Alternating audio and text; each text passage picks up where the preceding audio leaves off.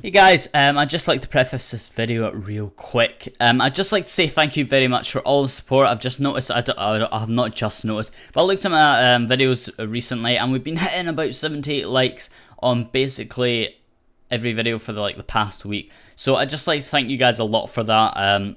This constant support for the past month has been really good, and yeah, it's obvious, and on the PvP tips and tricks videos that have been really good as well, so you guys are really enjoying them. Sorry I didn't get them out last week, that was when it was meant to be out, but now it's here and I hope you all enjoy. So yes, yeah, enjoy.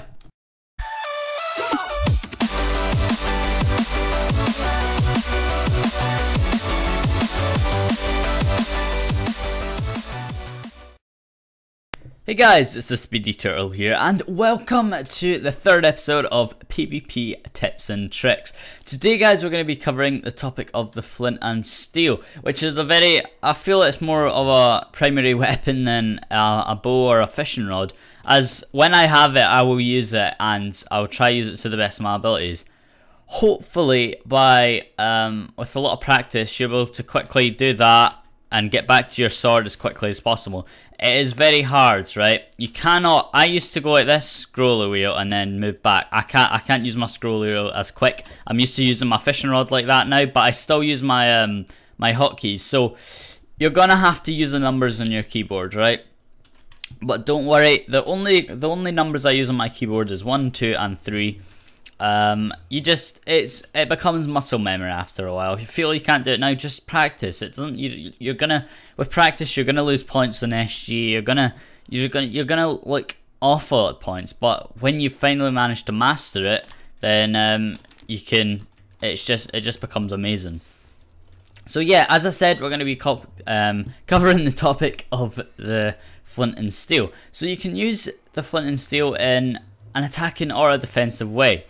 Up on the screen right now, you'll see some Badlion clips that I'm doing to demonstrate it. Basically, what I do in an attacking situation is generally I just place it in front of me and try and strafe.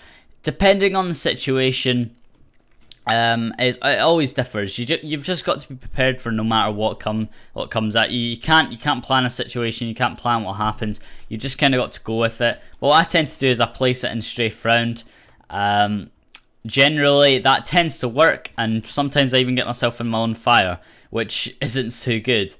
But in an attacking situation, it works really well. It works against people who are more geared than you. It uses kind of like a fishing rod to stun your opponent. It works basically if you do it right, it works really well. So basically, I'm going to show you right here, right now. This is what I'm going to do if the demonstration on Badlion wasn't too well. I placed it and then I strafe round. You place it, strafe round. Now I would have caught myself in that, but 9 times out of 10 if the guy was running at me straight here, so say he's running straight from that corner, you place it and then you get him in that. Now don't do this. Don't spam it. It never works, and the person sees it coming a mile away, and they'll just stop and let you spam it all out. Most of the time you only get 4 charges, sometimes even less, so you don't even have that much to spam it with. So it really is not a point. So basically guys, if you are going to use it in an attacking way, be very careful, because you're engaging back in the fight, and you might want to see if they're like hacking or something first, because if they are hacking, you're screwed and you've just caught yourself back in that situation, especially if you're stuck in your own flint and steel. So make sure how skilled this player is, because if you go back in, they're geared. Even if they're geared and you get them on flint and steels, they can sometimes still kill you, so don't take too much of a risk. But generally, in my opinion, I do use it in a defensive way. So talking about doing it in a defensive way, what we're going to try and practice now is when you're running away from someone. So say I'm going to do a demonstration right now. Say someone is chasing me from that direction, I can quickly do that. Now that was a 360. A 360, I'll do it again, I'll show you. You place it and then I'm away. Generally you can be more accurate. Now this will slow you down as well, so if a guy's right behind me, if I place like that, I've basically stopped, and even if I get him in a flint and steel, he's still going to get hit on me, which could be crucial. So what you want to try and do is do more of a 180. You place it and turn back the same way. generally you do get away quicker, because if you see here, I'm doing more of a spin on the spot. But if I do it at a 180, oh, I mucked up there. If you do it at 180, I just gotta keep running the wrong way now. Sorry about that. So if you do it at 180 like that, you generally do get away quicker. So up on the screen now, you'll see some more Badlion clips, just demonstrating what it's like more in a defensive way.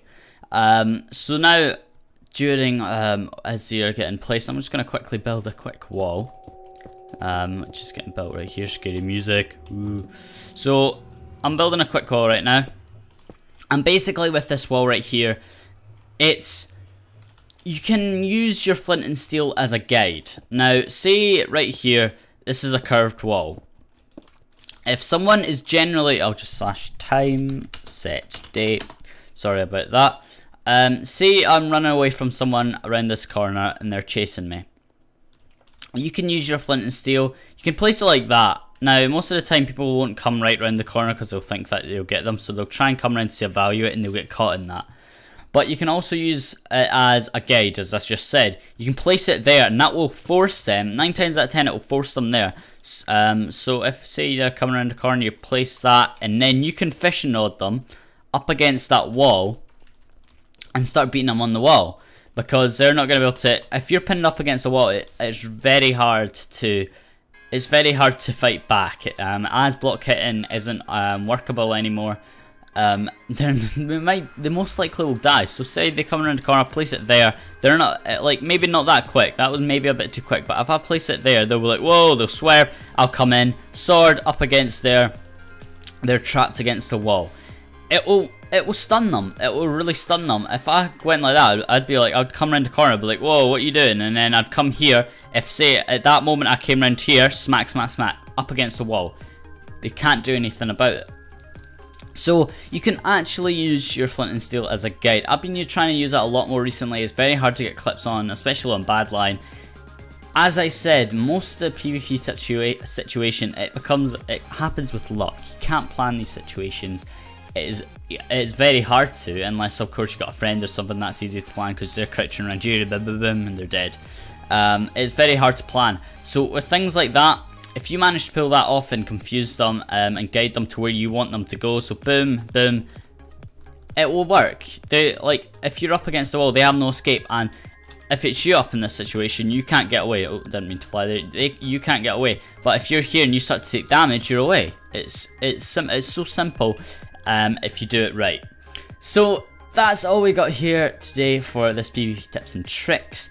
I would go into more depth with stuff like that, but obviously this isn't for pros. Now of course I'm not a pro, so this is really for beginners. But guys, practice makes perfect. If you can master the flint and steel, you will find everything much easier, because you can also use your flint and steel bow and then place it like that. You get a double, it's like a double hit. It's like, I'll try that again, do that, and then place it. I didn't mean to do that. But if you manage to aim your bow and then place your flint and steel like that, nail them with the arrow, flint and steel on fire, come around and strafe them. You can be so creative in different situations. So, if this video has helped you in any sort of way, please leave it with a like. Obviously, if you like it, you can come back and look at it later on to practice a bit more and keep these tips in mind. I will be moving on to the bow next, which is a very harder topic to explain, so there'll be a lot more clips involved. So yes, I'll see you all in the next video. Have a great day and peace.